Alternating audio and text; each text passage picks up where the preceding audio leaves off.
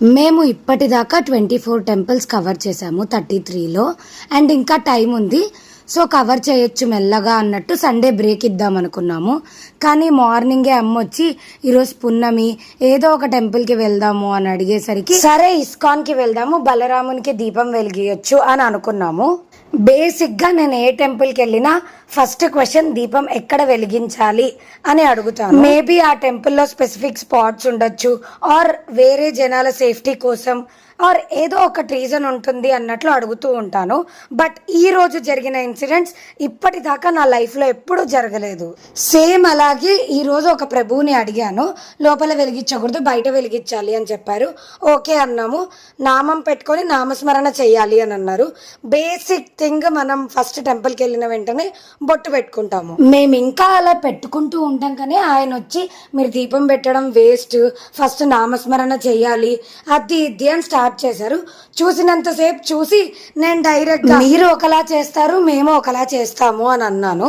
ఆయన ఉండి మీరు మేము కాదు, శాస్త్రం ప్రకారం భగవద్గీత ప్రకారం అసలు దీపమే పెట్టకూడదు అన్నట్లు చెప్పారు. అసలు మీరు ఇంకా దీపం పెట్టడం వల్ల పాపం మూట కట్టుకుంటున్నారు, మీరు పెట్టడం వల్ల ఏమీ రాదు, మీ అమ్మగారికి పుణ్యం కూడా రాదు అని చెప్పి అన్నారు. ఇంకా మేము బయటికి వస్తుంటే వెనకనే వచ్చి మీకు పుణ్యం పక్కకు పెట్టండి ఇంకా పాపం తగులుతుంది అది ఇది అని అన్నారు. ఇంకా నేను ఉండలేక మరి ఇప్పుడు ఎన్ని గుళ్ళల్లో మేము పెట్టాము, ఇంతమంది రోజు పెడుతూ ఉంటారు అదేంటి అని అడిగాను. వాళ్ళందరికీ బుద్ధి లేదు, అదే కదా నేర్పిస్తున్నది మేము అని చెప్పి ఏదేదో చెప్పారు.